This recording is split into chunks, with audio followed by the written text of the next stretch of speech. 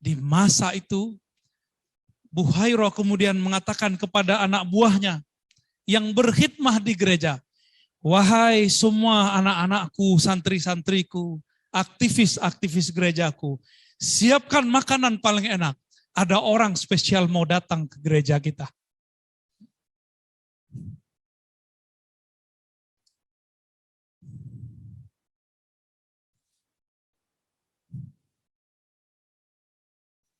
Allahumma sholli.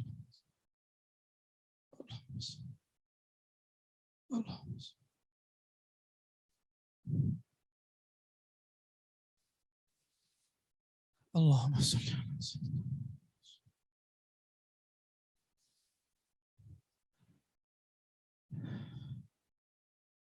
Allahumma sholli ala sayyidina. Allahumma sholli ala sayyidina.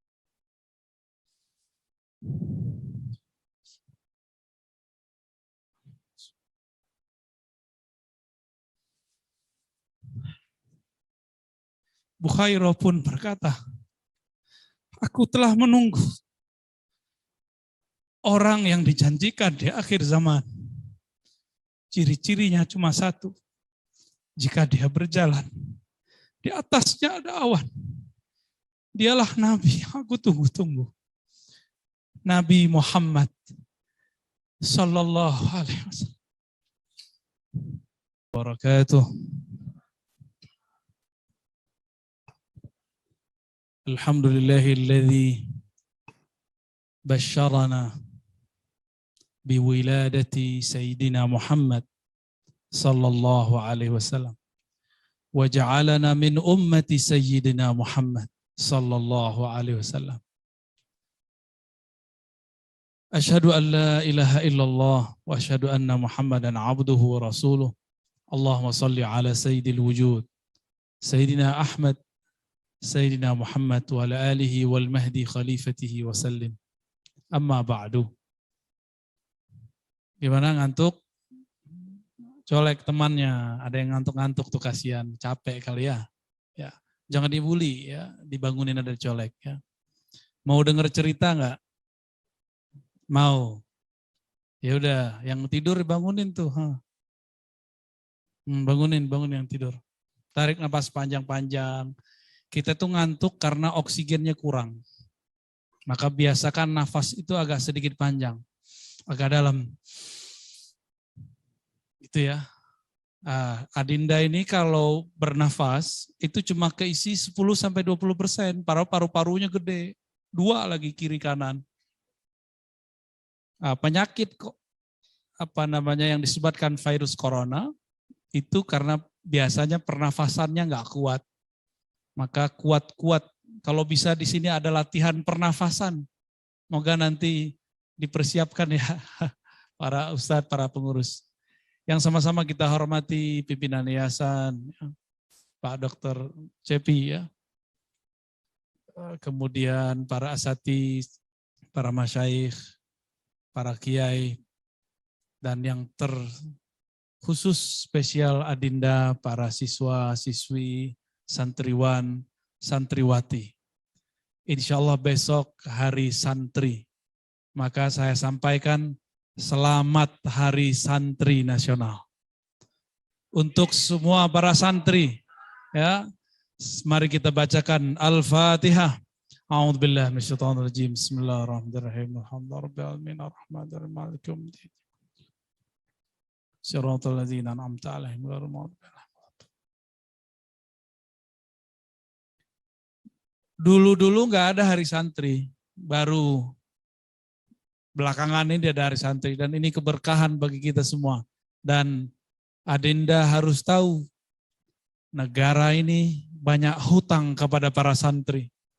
Yang mendirikan negeri ini dulu adalah para santri. Cuma beberapa yang bukan santri, sedikit sekali ada beberapa nasionalis, cuma 1 yang non-muslim. Tapi para santri itu hatinya luas, nggak saklek, nggak ekstrim. Maka mereka bisa hidup berdampingan dengan siapa saja. Tapi hari ini ada yang bukan santri, ngaku ahlus sunnah, lalu dia membid'ahkan, menyalahkan sesama ahlus sunnah. Itu bukan santri ya. Kalau dulu ada santri kalong, kalau ini sati kampret ya. Kurang gede. Ini menyedihkan itu ya, sangat menyedihkan. Kok ada orang beragama Islam membid'ah-bid'ahkan sesama Muslim, nyalah-nyalahin cuma karena maulid. Baik, kita dengar cerita ya. Suatu kali kakek dari Nabi Muhammad yang bernama siapa kakeknya? Abdul Muttalib. Abdul Muttalib bernazar. Apa nazarnya? Law wulida li 10 abna la nahartu ahad minhum. Seandainya aku mendapatkan 10 anak, lahir 10 anak, aku akan menyembelih ke yang 10-nya. Jadi yang ke-10, yang paling kecil disembelih. Maka lahirlah Haris, lahirlah Uqail, lahirlah Abu Lahab, lahirlah macam-macam Abu Talib, sampai terakhir yang ke-10 lahir namanya Abdullah. Abdullah bin Abdul Muttalib. Maka Abdul Muttalib pun membawanya ke Ka'bah. Sampai di Ka'bah itu anak Abdullah udah mau disembelih. Tiba-tiba diselamatkan oleh saudaranya dibawa lari. Maka datanglah kaum Quraisy kepada Abdul Muttalib. Kaum Quraisy itu suku besar, suku yang menaungi Abdul Muttalib. Jadi Abdul Muttalib itu ayahnya namanya siapa? Hashim. Nama saya siapa? Ar-Razi Hashim. Mirip ya, namanya doang. Bani Hashim itu disebut di bawah naungan Bani Quraisy. Berarti Abdul Muttalib di bawah naungan Bani Quraisy. Datanglah orang Quraisy semua. Abdul Muttalib, itu anak kamu kenapa mau disembelih? Kata beliau, saya nazar. Nazarku tidak boleh dibatalkan.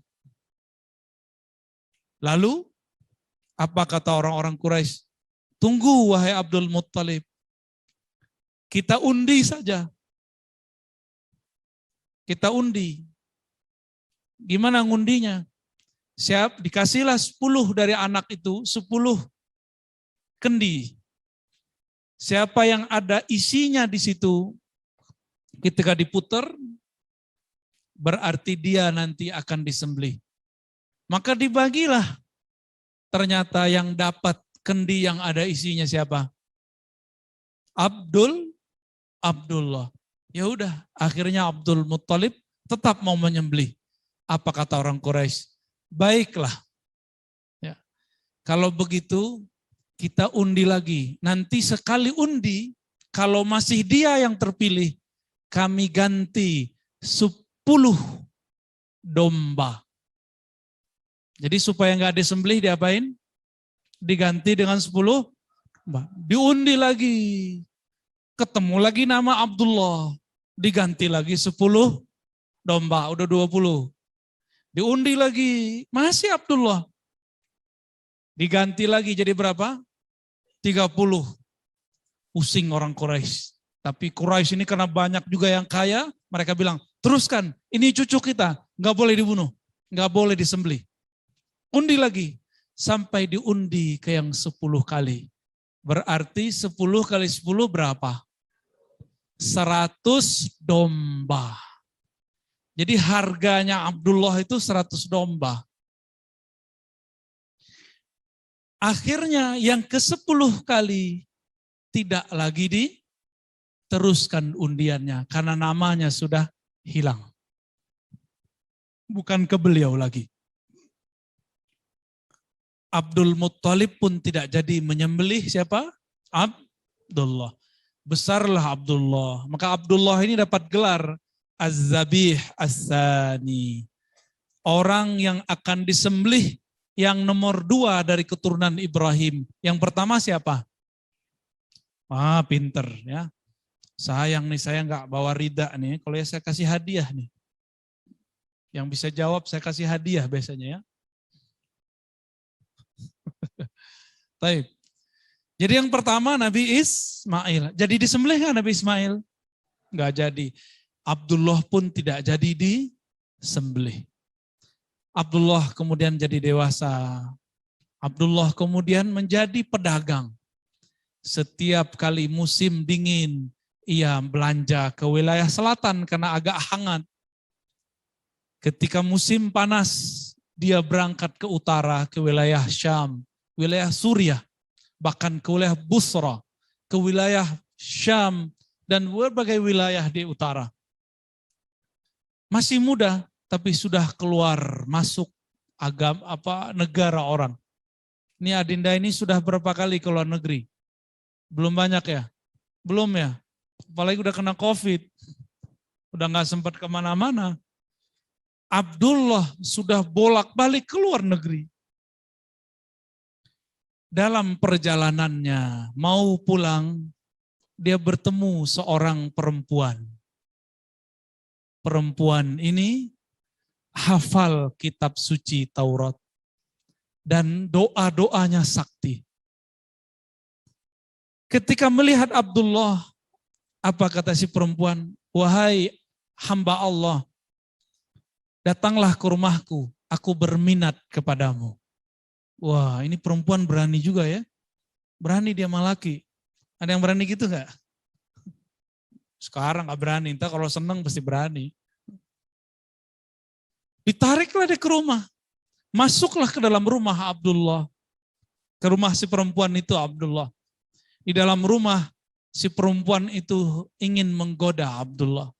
Ingin merayu supaya Abdullah mau menikahinya. Tiba-tiba Abdullah gak nyaman, perasaannya hilang. Di saat itulah dia kemudian loncat dari rumah, keluar dari rumah itu. Dan dia kabur dari perempuan, padahal perempuan itu cantik. Sebagaimana kaburnya orang daripada melihat hantu. Emang hantu ada? Ya, hantu, lari gak? Kita lari kalau disebut begitu. Meskipun hantunya belum jelas ada. Kabur dia. Cepat-cepat dia pulang. Ternyata di rumah sudah disiapkan kenduri. Sudah disiapkan akad nikah antara Aminah binti Wahab dengan Abdullah. Siapa yang menyiapkan? Abdul Muttalib. Apa kata orang Quraisy? Ayo kita nikahkan anak ajaib yang sudah kita habiskan harta kita 100 domba untuknya agar hidup dengan perempuan terbaik dari suku Zuhriyah, yaitu Aminah binti Wahab. Maka disebutlah beliau Aminah Az-Zuhriyah. Itu perempuan paling cantik di zamannya dan paling mulia karena Wahab adalah pemimpin kaum Zuhriyah. Dinikahilah mereka. Dan dalam beberapa hari, Aminah langsung hamil. Hebat gak tuh? Ya, pindahlah apa yang tadi dilihat oleh si perempuan yang hafal kitab Taurat. Si perempuan itu ternyata melihat di wajah Abdullah ada nur. Maka dia langsung tarik Abdullah dan minta Abdullah untuk melamarnya. Tapi Abdullah sudah dinikahkan dengan Aminah. Aminah pun sudah dinikahi oleh Abdullah. Akhirnya berpindahlah nur dari Abdullah kepada Aminah. Di saat itulah Abdullah kemudian berdagang lagi. Lewat lagi dekat rumah si perempuan yang dulu menggoda dia. Apa yang terjadi?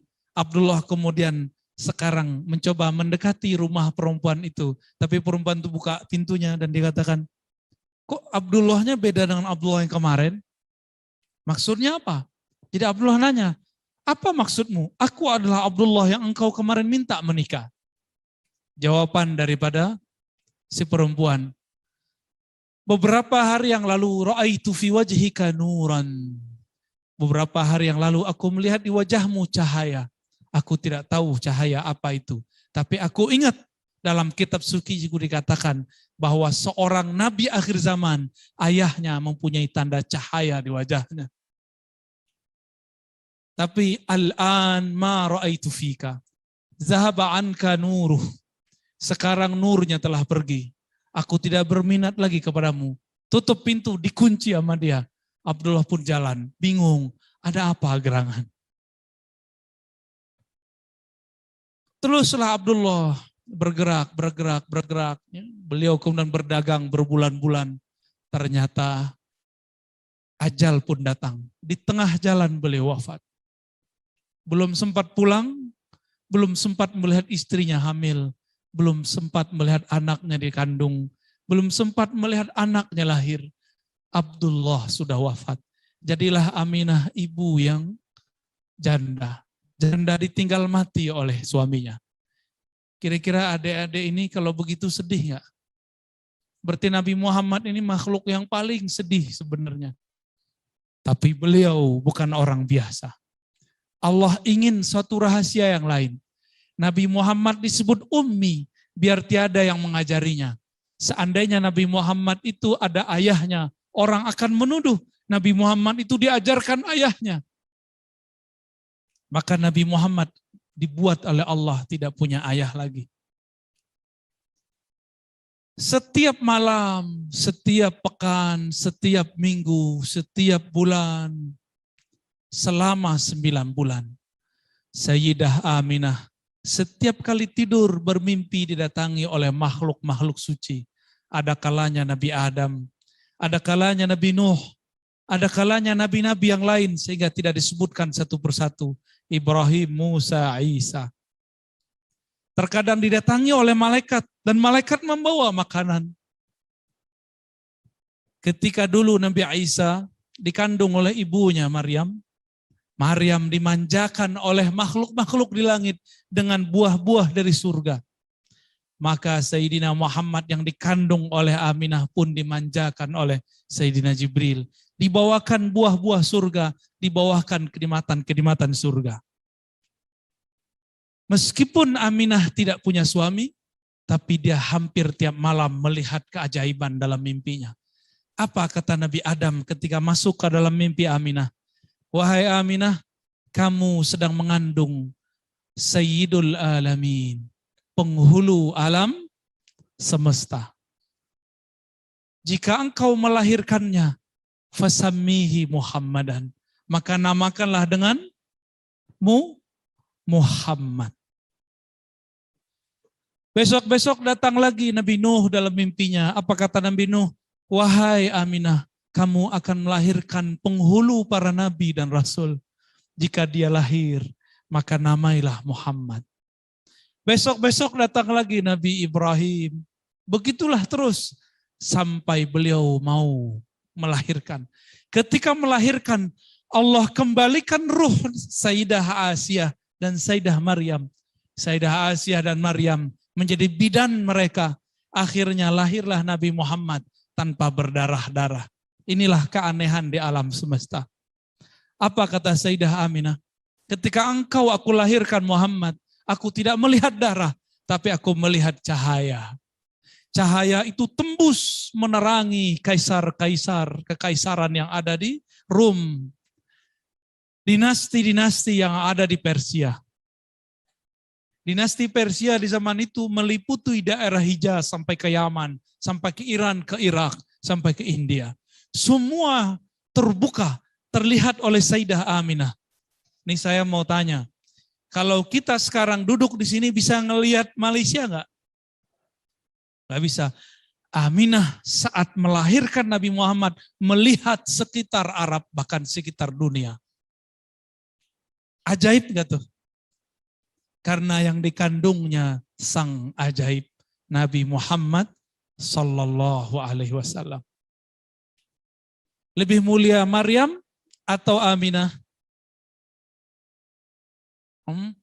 Lihat dulu siapa yang dikandungnya. Siapa yang dikandung Maryam? Nabi Isa. Siapa yang dikandung Nabi Sayyidah Aminah? Siapa yang mulia? Aminah atau Maryam? Aminah. Oke, paham? Maka adalah syair teman-teman dari Mesir ya.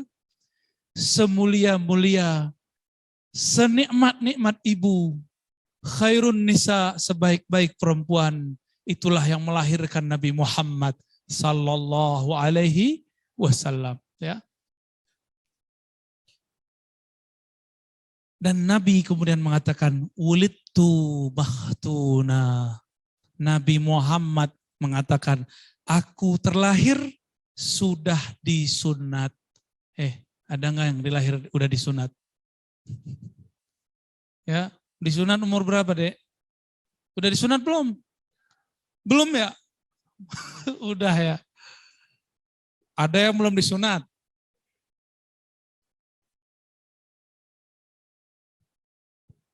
Jadi rame nih Pak Dokter.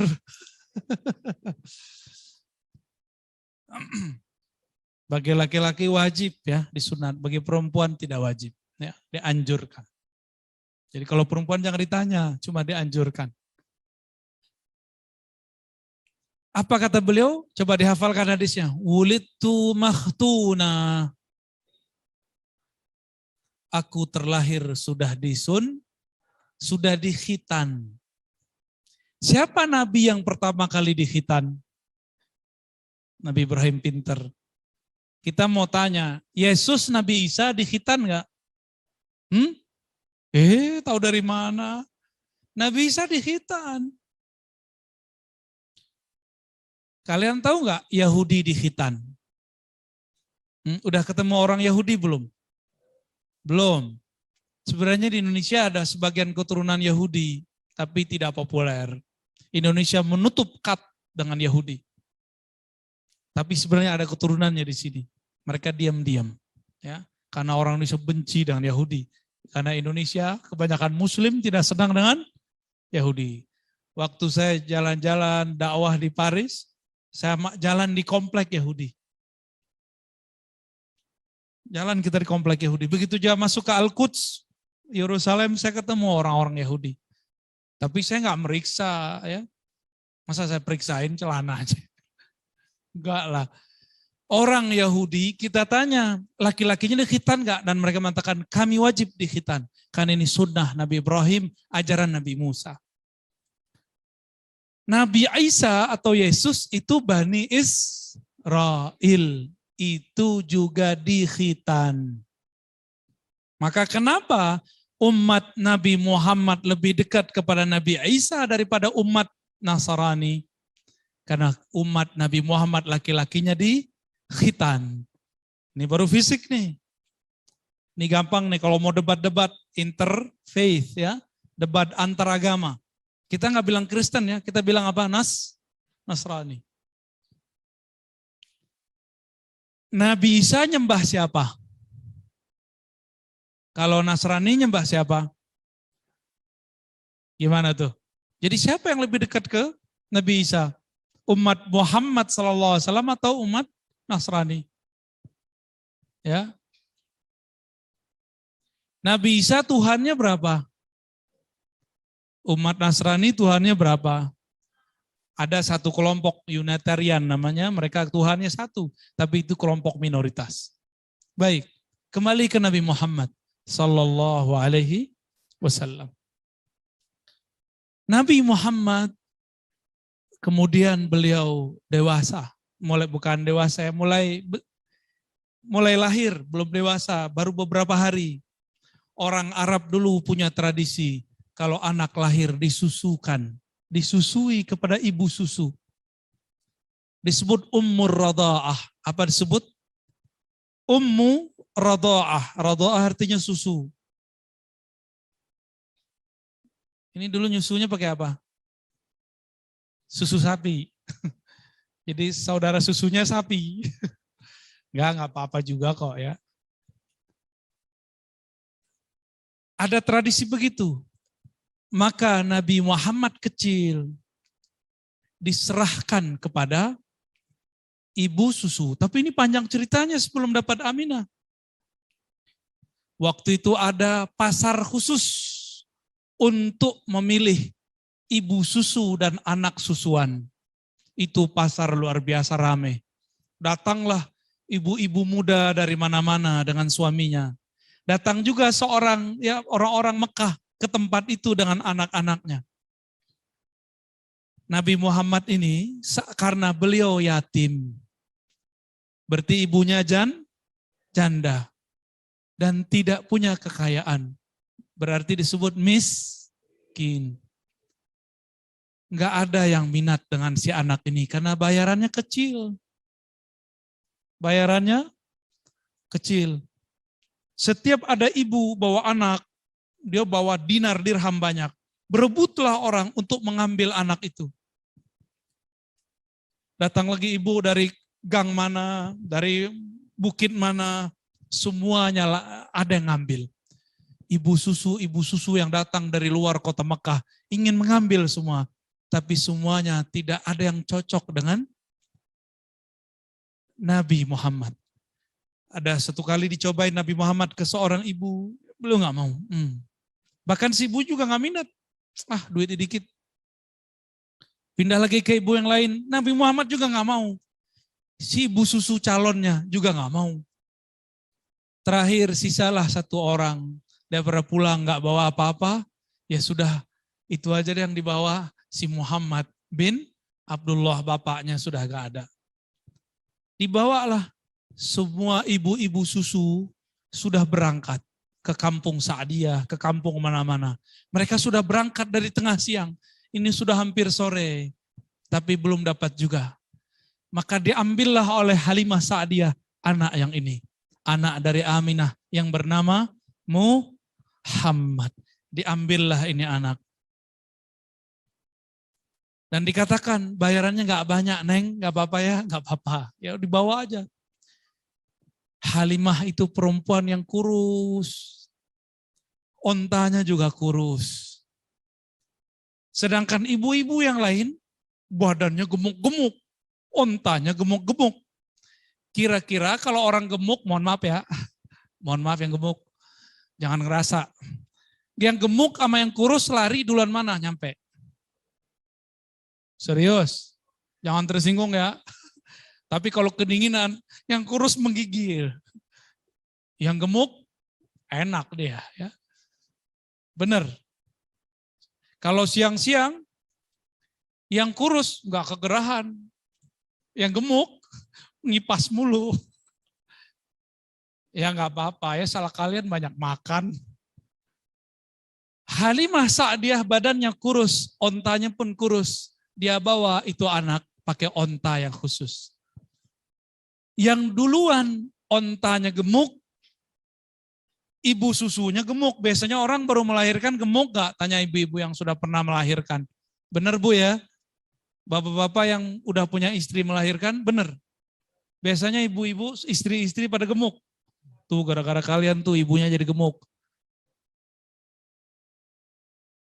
Tapi Halimah Sa'diyah melahirkan anak, dia tetap kurus. Maka dia berjalanlah tanpa dia sadari. Dia sudah berpas-pasan dengan orang yang tadi jalan duluan. Bingung dia, lah kenapa kok bisa duluan? Secara zahir dia kurus, ontanya kurus. Secara batin dia membawa Sayyidul Alamin, penghulu alam semesta. Girangnya onta, karena onta mengerti siapa yang dibawa. Apa kata Nabi setelah Nabi besar? Nabi mengatakan, tidaklah ada makhluk di bumi dan di langit kecuali dia mengenalku.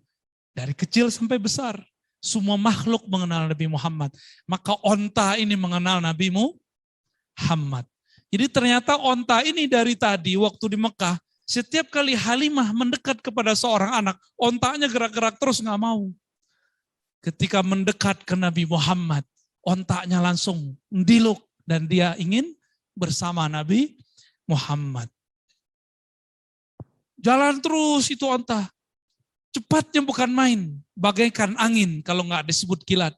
Tiba-tiba sekejap sudah sampai di kampung Sa'diyah. Heranlah Halimah, saya bawa anak apa ini? Kok cepatnya bukan main? Yang ibu-ibu gemuk, pakai onta gemuk, ontanya udah kepayahan. Apa kata si onta? Yang di atas gua kok gemuk amat? Maaf ya. Udah mau maghrib baru nyampe. Sedangkan Halimah Sa'diyah nyampe sebelum itu. Waktu sore sudah sampai. Mulailah Halimah Sa'diyah menyusui. Halimah Sa'diyah ini menyusui susah. Tanya ibu-ibu. Kadang-kadang air susu nggak bisa keluar. Susah keluar. Tapi semenjak Nabi Muhammad menyusui anaknya, anak Halimah pun ikut menikmati air susu yang satu lagi. Setiap kali disusui ke bagian kiri, dia maunya bagian kanan. Dia nggak mau bagian kiri. Maka yang kiri siapa? Saudara susunya. Jadi Nabi Muhammad cuma mau bagian kanan. Pernah diceritain ini dulu? Belum. Terus kalian maulidan ngapain? Maulid Nabi, hikmah pertama, kedua gitu ya. Ceritanya belum udah hikmah aja. Cerita dulu baru hikmah. Baca akhir surat Yusuf. Dalam kisah mereka ada ibrah. Ambil dulu kisahnya, baru simpulkan ibrahnya. Ini saran nih kepada para semua ustadz. Setiap kali PHBI, ambil cerita yang ada event kisah Nabi di situ. Itu sunnah. Ya, itu sunnah para ahli hadis. Cuma karena semuanya ahli hadis, kita nggak mungkin baca kitab hadis di depan. Baru dimulai mungkin sudah ditulis semua. Ya, wabillahi qala haddatsana Abdullah, langsung tidur semua tuh. Maka kita bawa seperti cerita. Lanjut. Mau dilanjut gak ceritanya? Serius nih? Ngantuk gak? Ayo kita teruskan ceritanya. Ternyata Halimah Sa'diyah ini punya kandang ternak tapi tidak terlalu besar.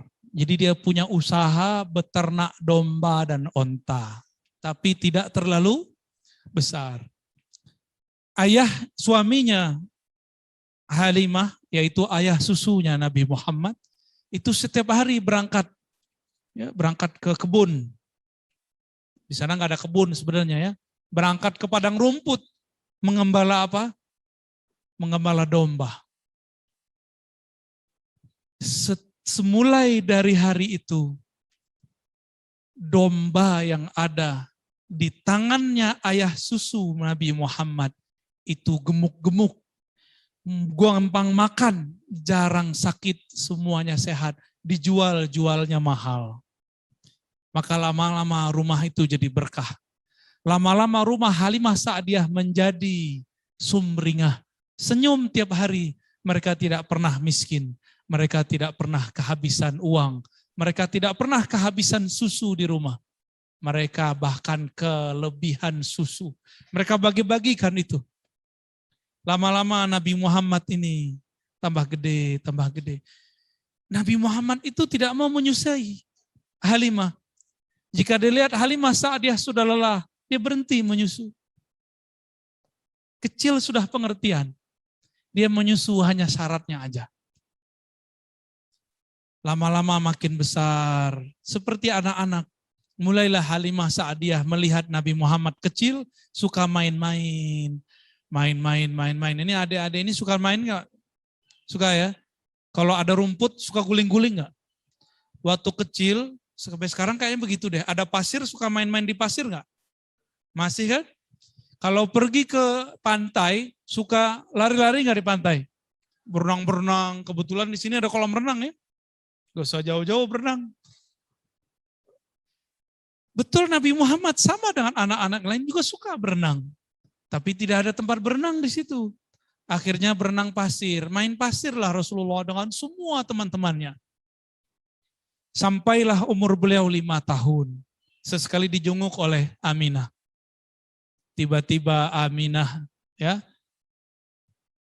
bukan Aminah ya, Halimah, dikabari oleh anaknya. Wahai ibunda, kutila Muhammadun. Muhammad dibunuh orang, Muhammad direnggut orang. Anaknya masih ngomongnya belum jelas, tapi bisa dipahami.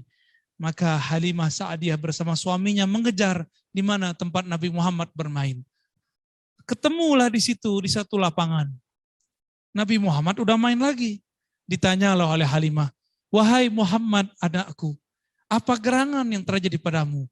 Kenapa saudaramu berteriak menangis bahwa engkau akan dibunuh oleh seseorang?" Nabi Muhammad mengatakan, "Wahai ibunda Halimah, belum lama ini ada 2 orang datang, aku lihat terbang dari langit turun ke bawah. Dia bersayap. Tiba-tiba orang ini mengambilku di antara teman-temanku, lalu membelah dadaku dan mengambil jantungku dan membersihkan isi jantungku yang ada noda hitam 2 di dalamnya. Lalu dikembalikan ke dalam, aku kembali sehat seperti semula dan mereka pergi dan menghilang sedia kala. Tiba-tiba aku bisa berlari lagi, bermain lagi seperti semula." Halimah kemudian takut, dia sambil menangis, dia peluk Nabi Muhammad. Dia sudah menganggap Nabi Muhammad anaknya sendiri. Dia mengatakan, anak ini berbahaya. Anak ini tidak boleh ditinggalkan lagi di sini. Anak ini harus dikembalikan kepada ibunya, kakeknya. Karena tempat ini sudah tidak aman. Maka besok Halimah Sa'diyah dengan berat hati mengantarkan anak tersayangnya, anak susuannya kepada Aminah dan kakeknya Abdul Muttalib. Sampailah di Mekah, diceritakanlah semua kejadiannya. Maka Aminah pun bercerita, betul anak ini spesial. Dulu waktu aku melahirkannya, aku melihat cahaya keluar dari badanku. Itu cerita dari siapa? Halimah dan Aminah. Jadi 2 ibu sudah menyaksikan bahwa anak ini luar biasa. Sallallahu alaihi wasallam. Sampailah kemudian Nabi Muhammad agak sedikit dari anak-anak menjelang remaja. Oleh kakeknya Abdul Muttalib, disuruhlah Nabi Muhammad ini dan pamannya Abu Thalib mengembala kambing atau dom. Maka tiada seorang nabi kecuali dia bawa tongkat juga untuk jalan, jaga diri, dan mengembala domba. Pernah ngembala domba enggak? Oh, saya waktu kecil pernah, karena ngikutin sunnah itu. Pernah punya kambing 3 bulan. Jadi tiap sore pulang sekolah saya nyabit rumput. Bapak saya larang, saya bilang enggak apa-apa, Pak. Ya, saya pengen tahu rasanya gimana jadi peternak. Walaupun cuma 1 kambing. Alhamdulillah, tangan kita kapalan dikit ya, 3 bulan lumayan. Karena saya ini aslinya kidal, nyabit rumput pakai kanan. Jadi nggak ada yang benar nyabit rumputnya. Kalau pakai kiri, udah nggak pas juga karena sudah dilatih pakai kanan. Ya sudah 3 bulan saya serahkan. Nabi Muhammad lebih lama lagi. Beliau sedang memerankan sebagai pengembala domba. Pengembala domba itu sabar atau enggak? Sabar. Jadi itu latihan kesabaran untuk Nabi Muhammad. Sabarnya bukan main tuh. Setelah agak remaja, Abu Thalib disuruh oleh Abdul Muttalib, ayahnya, berarti kakek Nabi Muhammad. Hei Abu Thalib, bawa cucuku ini berdagang ke wilayah Irak atau ke wilayah Syam. Maka berdaganglah mereka. Sampailah kemudian di satu negeri. Ternyata negeri itu negeri orang Nasrani. Di situ ada satu gereja. Gerejanya tidak ada berhala. Tidak ada patung Nabi Isa di situ. Ternyata gerejanya gereja tauhid.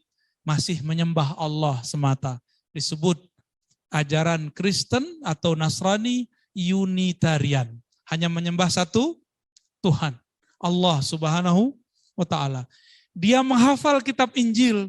Dalam kitab Injil dia baca bahwa akan ada nabi akhir zaman yang dia selalu diiringi oleh malaikat, ditandai ada awan di atasnya. Karena gereja ini di samping jalan, setiap kali ada karavan lewat, ada kafilah lewat, dia perhatikan, ada nggak awan di atas. Jadi 5 kilo dari sini dia lihat, ada nggak rombongan pedagang Yang jalan, jika mereka jalan, di atasnya ada awan. Seumur-umur puluhan tahun dia baru melihat sekali. Ternyata rombongan itu rombongan Abu Thalib. Di dalamnya ada anak muda namanya Nabi Muhammad. Orang belum tahu nih siapa namanya. Maka beliau sedang diajar berdagang. Tadi kata Pak Dr. Cepi, ada 4 sifat Nabi ya. Yang tertarik itu saya sifat fatona. Sifat apa? Cerdas. Dan yang paling penting juga sidik. Apa arti sidik? Jujur. Ini ujian Nabi dapat 2 sifat. Latihan. Di masa itu, Buhairah kemudian mengatakan kepada anak buahnya yang berkhidmah di gereja, wahai semua anak-anakku, santri-santriku, aktivis-aktivis gerejaku, siapkan makanan paling enak. Ada orang spesial mau datang ke gereja kita.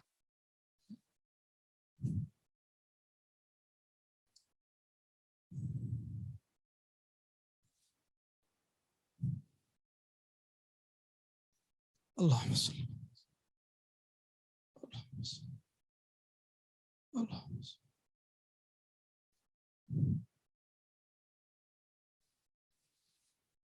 Allahumma sholli.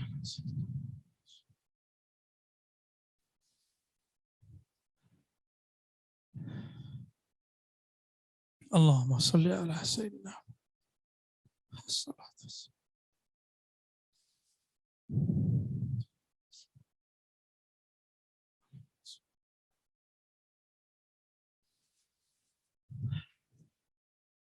Buhairah pun berkata, aku telah menunggu orang yang dijanjikan di akhir zaman. Ciri-cirinya cuma 1. Jika dia berjalan, di atasnya ada awan. Dialah Nabi, aku tunggu-tunggu. Nabi Muhammad Sallallahu Alaihi Wasallam. Akhirnya, beliau Buhairah mempersilahkan kafilah yang lewat untuk masuk ke gereja beliau. Sampai di gereja, mereka makanlah semua. Kanisah Buhairah. Bertanyalah Buhairah, dia lihat di atas, kenapa awannya tidak ada di atas kanisah tadi?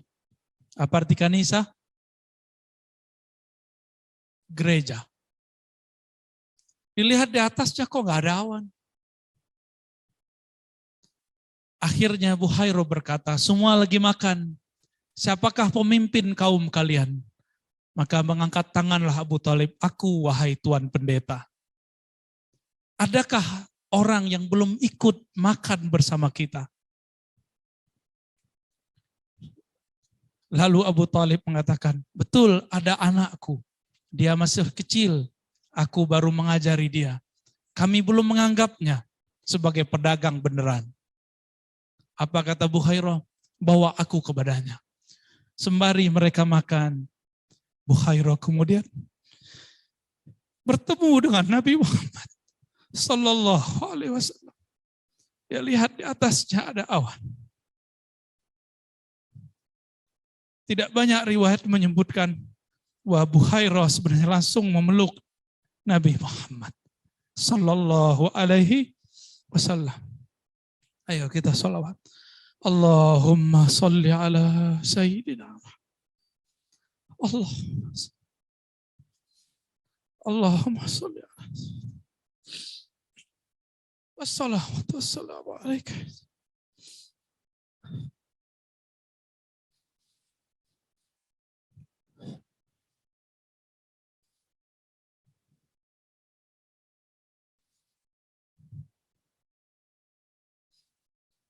Wassalatu wassalamu alaika.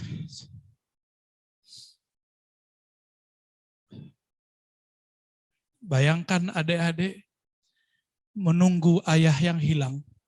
Alah, ayah hilang sekian tahun tidak pulang. Tiba-tiba pulang, nangis gak? Bapak ibu ini kehilangan anak di mall sehari semalam. Tiba-tiba ketemu, nangis gak? Nangis. Buhairah dikabarkan gurunya, nanti akan ada di zamanmu muncul seorang nabi. Dialah penutup nabi di masa ini, yaitu Ahmad, yaitu Muhammad. Bertemulah mereka, berdialoglah mereka. Disitulah muncul nur pertama kali dari Nabi Muhammad SAW. Nabi berbicara sesuatu yang tidak layak, yang tidak mungkin dibicarakan oleh seorang anak kecil. Anak kecil mana mengerti mengenai tauhid. Anak kecil tak tahu. Tapi Nabi Muhammad bisa berbicara tentang la ilaha illallah. Nabi Muhammad bisa berbicara tentang Allah Ahad, Allah Samad. Nabi Muhammad menolak berhala Latta dan Uzza. Buhairah heran. Akhirnya anak itu dipeluk oleh Buhairah. Sembari dia menangis. Saya baru membayangkan saya nangis. Apalagi Buhairah yang sudah menunggu bertahun-tahun. Puluhan tahun dia menunggu.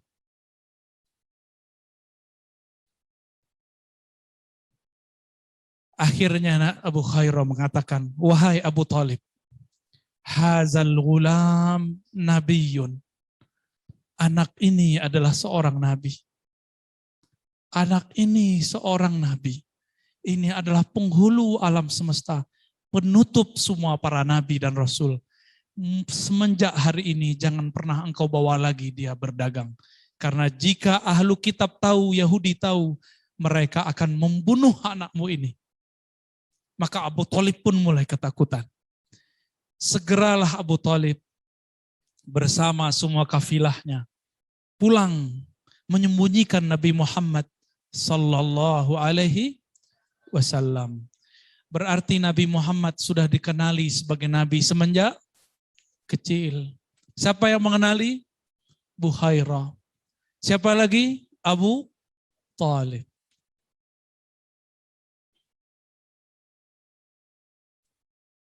Sampailah di Mekah, Nabi Muhammad menjadi remaja yang luar biasa. Wajahnya sangat bercahaya. Kata beliau, Nabi Yusuf itu ganteng dan gagah. Tapi jamaluhu nisfu jamali. Gagahnya Nabi Yusuf baru separuh gagahku. Kebayang, adinda yang perempuan. Artis paling cakep siapa? Aktor, artis, penyanyi paling cakep siapa? Bukan yang di sini. Ada ya. Kalau dia lihat, pernah nggak kalian melihat, nih lagi konser, di zaman sebelum pandemi, artis muncul, lalu ada yang berteriak histeris, pingsan. Pernah lihat nggak? Pernah. Di sini? Bukan.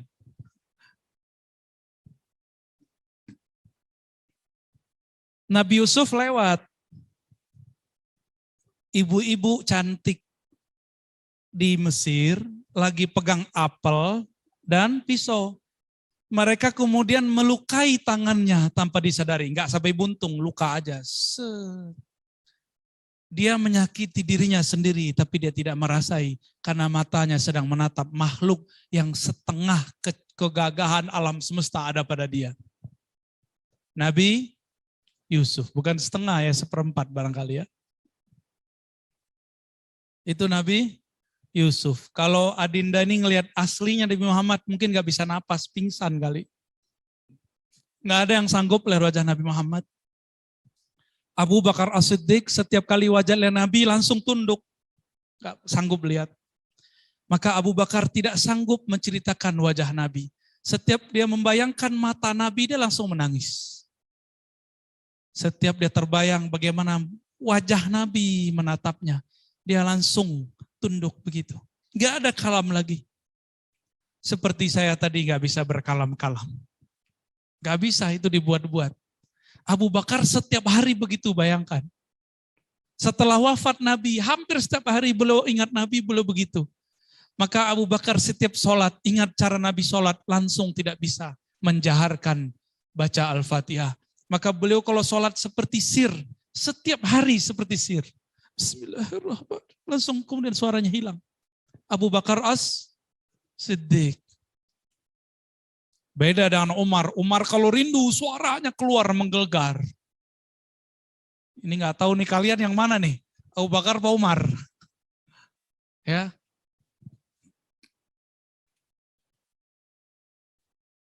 Nabi Muhammad beranjak muda. Ini bagian terakhir yang mau saya ceritakan. Terjadilah banjir di Mekah. Jadi Mekah itu pernah banjir beberapa kali. Ketika terjadi banjir, Hajar Aswad yang dulu belum terlalu hitam, tapi karena banyak berhala, kemudian menjadi hitam. Disedot itu dosa semua orang yang musyrik. Hajar Aswad itu enggak seperti sekarang kan sudah dirapihkan. Ya. Kalau kayak foto kayak udah dilaminating, itu apa sih namanya itu? Batunya itu sudah dirapiin. Dulu batunya jatuh karena banjir. Berdirilah semua kaum, masing-masing merasa dirinya, kelompoknya paling kuat. Mereka ingin mengangkat ke tempat semula, tapi tidak ada satupun yang berhasil. Ganti kaum yang kedua, kaum yang ketiga, keempat, tidak ada satupun yang sanggup mengembalikan. Nabi ini fatonah, inilah puncak fatonah Nabi. Supaya orang Arab semuanya dapat kemuliaan. Karena orang Arab ini haus kemuliaan, haus penghargaan. Maka Nabi Muhammad SAW mengatakan, maukah kalian wahai tuan-tuan, paman-pamanku, kakek-kakekku, aku tunjukkan cara yang paling adil. Semua kalian akan merasa mulia. Ambillah kainku ini. Diambillah ridanya beliau. Ya. Kemudian ditaruh di lantai. Pindahkanlah batu itu. Bahkan di riwayat lain tidak pakai rida. Kita angkat sama-sama. Ujung yang ini, kaum yang ini. Akhirnya ada 4 suku. Semuanya mengangkat bersamaan. Lalu mereka merangkat bersamaan. Kembalilah batu kepada tempatnya semula. Dan semuanya bersyukur, bertasbih, berterima kasih kepada Nabi Muhammad Sallallahu Alaihi Wasallam. Terkenallah Nabi Muhammad saat itu dengan sebutan Muhammad Sang Jenius. Ini belum lagi Muhammad Al-Amin ini. Baru Muhammad Sang Jenius. Karena saya sedang berbicara di kampus Al-Maksum di mana banyak santri, banyak siswa, siswi. Saya berharap adinda sekalian menjadi orang yang fatonah. Fatonah itu bukan banyak hafalan. Fatonah itu yang mengerti keadaan. Mari menjadi orang yang mendapatkan kecerdasan fatonah Nabi Muhammad Sallallahu Alaihi Wasallam. Demikian kira-kira yang dapat saya sampaikan. Gimana Ustaz Halim? Buya, insya Allah kita punya waktu sampai jam 5.30. Kalau berkenan Buya ada yang bertanya. Mangga. Baik. Salawat dulu deh. Ya Nabi salam alaik. Ya Rasul salam salam alaika. Ya Habib salam alaika. Salawatullah alaika. Sekali lagi. Ya Nabi salam alaika. Ya Rasul salam salam alaika. Salam alaika. Salawatullah alaika. Baik, dari anak-anakku nanti persiapkan bertanya kepada Buya jika ada hal yang ingin ditanyakan. Tapi sementara mohon izin Bapak akan bacakan pertanyaan dari jamaah melalui di chat Zoom ya, di YouTube. Tapi sebelumnya kami dari Al-Masum Berterima kasih kepada seluruh keluarga besar Al-Masum yang mengikuti pengajian kita pada sore hari ini. Jadwal ini adalah jadwal biasa Kamisan, tapi momentumnya kita gabungkan dengan peringatan Maulid Nabi. Di Zoom hadir Pak Rektor juga Bu ya, Alhamdulillah bisa hadir. Dan keluarga besar Al-Masum juga Alhamdulillah jamaah-jamaah yang biasa mengikuti kajian Buya juga pada bisa hadir. Ada yang di Zoom, ada yang di YouTube. Ada yang bertanya sebelum dari Ananda sekalian? Izin Buya bertanya, sekarang banyak yang menyampaikan dari suatu golongan tentang ayah ibu Nabi, bahwa ayah ibu Nabi berada di neraka. Mohon penjelasannya Buya.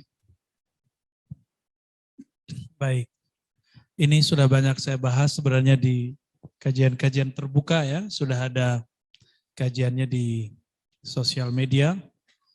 Apakah benar orang tua Nabi masuk neraka? Ada mau nggak dibilang orang tuanya masuk neraka? Kalau ada orang yang ngomong begitu kita apain? Enggak, itu contoh aja. Kalau kita nggak berpendidikan, kalau kita berpendidikan kita apain? Kita aja ngobrol dia, nggak jadi dilempar, taruh lagi. Ya, katanya fatona. Ya, kita ajak ngobrol mereka. Kita kasih tahu kepada orang-orang yang berani mengatakan orang tua Nabi masuk neraka. Kamu mengerti gak hadis Nabi? Ketika Nabi mengatakan, Inna abi wa abaka finnar. Afwan Ustaz, ada tisu. Jadi ada seseorang datang kepada Nabi. Nah dengar nih ceritanya nih. Ada seseorang datang kepada Nabi. Apa kata orang ini? Wahai Rasulullah, di manakah tempat ayahku? Al-Quran jangan taruh di bawah sayang. Naikin. Al-Quran jangan taruh di bawah. Itu turunnya dari aras itu. Ya. Kalian taruh di bawah, waduh sedih. Nangis Jibril lihatnya ya. Taruh di atas. Ada Quran yang taruh di bawah. Ya. Mulai hari ini jangan ada yang naruh Quran di bawah. Ya. Siap? Kenapa? Quran turunnya dari mana? Dari langit. Ada satu surat turun dari aras. Aras itu makhluk paling besar, meliputi alam semesta. Terus sekarang kalian taruh di bawah. Gimana mau berkah pesantren kita, sekolah kita? Ilmu kita nggak berkah. Tolong guru-guru, ya kitab jangan taruh di bawah, taruh di atas. Ya, di situ ada nama Allah. Benar nggak? Ada nama Allah nggak? Nih, saya ceritakan satu sebelum menjawab yang tadi. Ada seorang ulama zaman salafus saleh. Dia ini pengen jadi wali tapi nggak jadi-jadi. Zikir udah banyak, baca Quran udah banyak, hafal hadis sudah banyak. Nyalahin orang lain juga banyak. Tapi nggak kunjung-kunjung jadi wali Allah. Suatu kali dia melihat di tong sampah ada kertas tertulis bismillah dibuang ke tong sampah. Dia melihat itu menggigil, ada nama Allah kok dibuang ke tong sampah. Ini pasti santri yang nggak belajar ini ya, nggak belajar adab. Dia ambillah itu, dia bersihkan. Ada debu-debunya dia bersihkan, langsung dia telan, dia makan. Malam-malam dia bermimpi, Allah datang kepadanya dan mengatakan, wahai hambaku, engkau telah menghormati namaku. Maka saksikan saat ini aku menjadikanmu sebagai kekasihku. Syukur. Langsung dia jadi kekasih Allah. Jadi siapa tahu Adinda ini nggak jadi wali karena sholat jamaah, karena sholatnya terpaksa disuruh ustadz. Nggak jadi wali karena tahajudnya kalau nggak tahajud kena strap. Ya. Nggak jadi wali karena hafalannya pengen setoran. Gimana mau jadi wali Allah? Tapi ternyata jadi walinya karena ngangkat Al-Quran. Dari tempat yang di bawah diangkat ke atas. Ya, mau jadi kekasih Allah? Hormati buku-buku, simbol-simbol, nama-nama, kaligrafi yang ada nama Allah Subhanahu wa Ta'ala. Kembali ke yang tadi. Ada seseorang datang ke Nabi dan bertanya, wahai Rasulullah, di mana ayahandaku? Lalu Nabi mengatakan, ayahmu masuk neraka, wahai Tuhan. Lalu sedihlah orang ini. Orang ini sedih. Ini bukan Nabi loh ya. Ini siapa? Sahabat Nabi. Sahabat Nabi sedih dibilang orang tuanya masuk neraka. Lalu Nabi hibur. Apa cara Nabi menghiburnya? Wahai sahabatku, inna abi wa abaka finnar. Sesungguhnya ayahku dan ayahmu masuk neraka. Hadis riwayat Imam Muslim. Nabi lagi menghibur supaya orang itu nggak sedih, disebutlah ayah Nabi juga masuk neraka.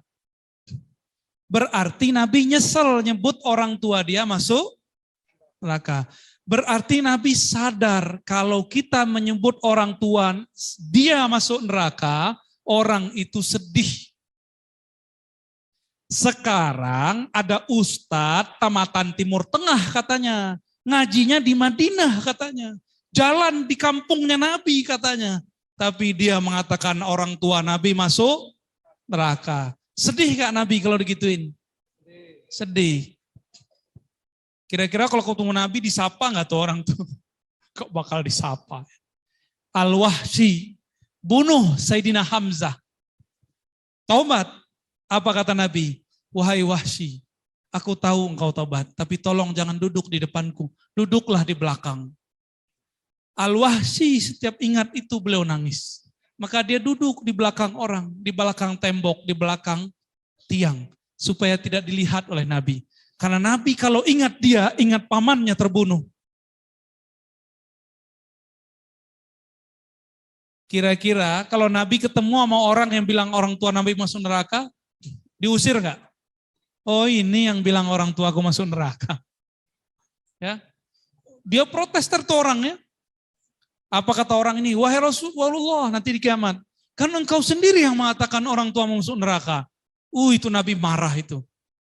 Apa kata Nabi? Kamu kurang cerdas, kira-kira begitu.